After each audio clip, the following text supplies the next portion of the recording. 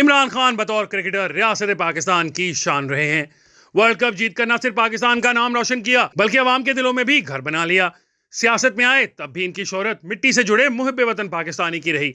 मगर अब क्या हुआ है कि वो IMF से मुतालबा कर रहे हैं कि वो पाकिस्तान को कर्जा न दे। हो सकता है कि इनका मकसद मौजूदा मुक्तदरा को झुकाना और नई हुकूमत को जमहूरी इक़्तिदार पर मजबूर करना हो।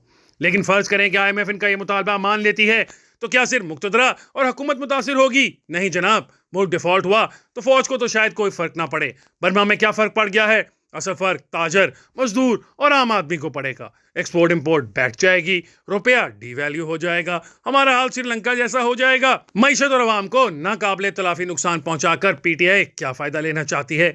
फौरन ये फैसला वापस लिया जाए। इसके दिफा में जो कुछ कहा जा रहा है इसमें कोई वजन नहीं। यादिश बखैर, मोहतरमा बेनजीर भुट्टो शहीद को शेक्सपियर का सियासी ड्रामा जूलियस सीजर बहुत पसंद था। इन्हें इस ड्रामे के अक्सर डायलॉग अजबर थे। इस ड्रामे में जूलियस सीजर के दो साथियों मार्क एंटनी और ब्रूटस की वफादारी और खुद पसंद असूली मौकफ का तकाबुल किया गया है। इमरान खान भी ऑक्सफोर्ड के तालीमी याफ्ता हैं, उन्होंने भी इस ड्रामे को जरूर पढ़ा होगा।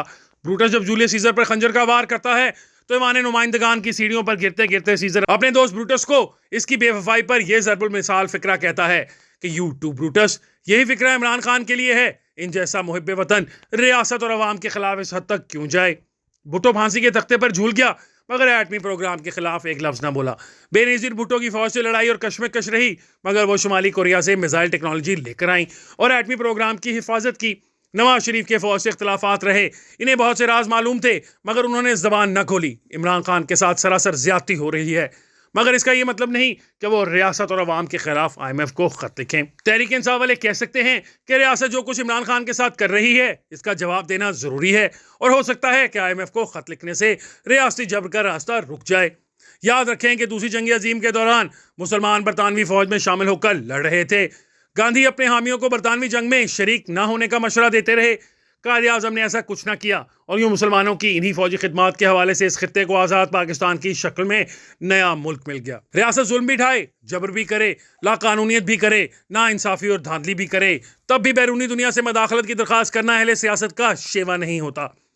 मुत्तहिदा हिंदुस्तान में एक बार उलमा ने अपने मुल्क को दारुल कुफर करार देकर अफगानिस्तान हिजरत का फतवा दे दिया था। न सिर्फ ये तहरीक नाकाम हुई बल्कि अफगानिस्तान हिजरत करने वाले सारे मुसलमान जलीलो ख्वार हो गए। अल-जुल्फ़िकार ने रियासत पर हमले किए तो नतीजा क्या निकला? अल-जुल्फ़िकार भी नाकाम हो गई और मुर्तज़ा भुट्टो भी दुनिया से नामुराद रुखसत हुए। कामयाब सियासत वतन की मिट्टी से जुड़े रहने, जुल्म की चक्की में पिसने के बावजूद रियासत से वफादारी निभाने का नाम है। इमरान खान 100% मुहिब वतन हैं। उन्होंने बतौर वज़ीर आज़म और बतौर सियासतदान एक भी ऐसा कदम नहीं उठाया जिससे इनकी हुब्बुल वतनी पर हर्फ आता हो। मगर यह IMF को खत इनकी सियासत के लिए नेक शगुन साबित नहीं होगा। इमरान खान के हामियों तहरीक इंसाफ के वोटरों का जायजा लिया जाए तो मिडिल क्लास में इनके ज्यादातर हामी दाएं बाजू के हैं। यही दाएं बाजू साल तक इस्टेब्लिशमेंट और फौज का हामी हुआ करता था। बाद अज़ाइंसी तबके की अक्सरियत ने पीपल्स पार्टी की मुखालफत में नवाज शरीफ का साथ दिया। अब यही तबका तब्दीली और करप्शन के खिलाफ मकबूल आम नारों की वजह से इमरान खान के साथ है। इलेक्शन 2024 में इस तबके ने इमरान खान की हमदर्दी में अपने गुस्से का इजहार किया है। लेकिन तहरीक इंसाफ को याद रखना चाहिए कि हुब्बुल वतनी के इम्तहान में दाएं बाजू हमेशा रियासत का साथ देता है। अल्ताफ हुसैन पर जान छिड़कने और जान कुर्बान करने वाले दाएं बाजू के ये मिडिल क्लास वाले हुब्बुल वतनी के इम्तहान में पड़े तो सब अल्ताफ हुसैन को छोड़ गए। ये बात याद रखने की है कि सियासत में हकीकत से ज्यादा तासुर अहम होता है। हम सबको इस हकीकत का इल्म है कि इमरान खान ने वतन के लिए जान लड़ाई है। खेल हो या सियासत, उन्होंने पाकिस्तान की हमेशा लाज रखी मगर IMF को खत लिखने से इनका तासुर तब्दील होने का खदशा है। इन्हें बागी बनने की बजाय और ज्यादा जमहूरी और पाकिस्तानी बनना होगा। हमें इल्म है कि मुक्तदरा की सोच तब्दील होती रहती है। यही मुक्तदरा कभी इमरान खान की हामी हुआ करती थी, आजकल इनके खिलाफ है। इसलिए इमरान खान को सब्र और मुफाहमती रवैये से इस मुश्किल वक्त से निकलना होगा। इनका वोट बैंक बढ़ा है और आगे भी इसके जल्दी कम होने का इम्कान कम है।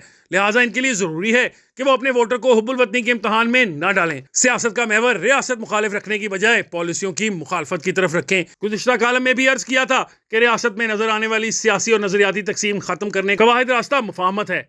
इमरान खान को जेल से निकालकर बनी गाला में नजरबंदी की सहूलत दी जाए और मुक्तदरा इनसे मुज़ाकरात करके इन्हें सियासी निज़ाम का हिस्सा बनने पर कायल करे। तहरीक इंसाफ के बेगुनाह सीरों को रिहा किया जाए। खैबर पख्तूनख्वा में PTI को इमरान खान की मर्जी के मुताबिक हुकूमत बनाने दी जाए ताकि मुमलिकत और रियासत का निज़ाम चल सके। लड़ाई झगड़े, गालियां, गिरफ्तारियां और जेलें मसाइल को हल नहीं करती बल्कि उलझाते हैं। इलेक्शन के बाद अब नया दौर शुरू होना चाहिए जिसमें रवादारी, मुफाहमत और जमहूरियत का दौर दौरा हो।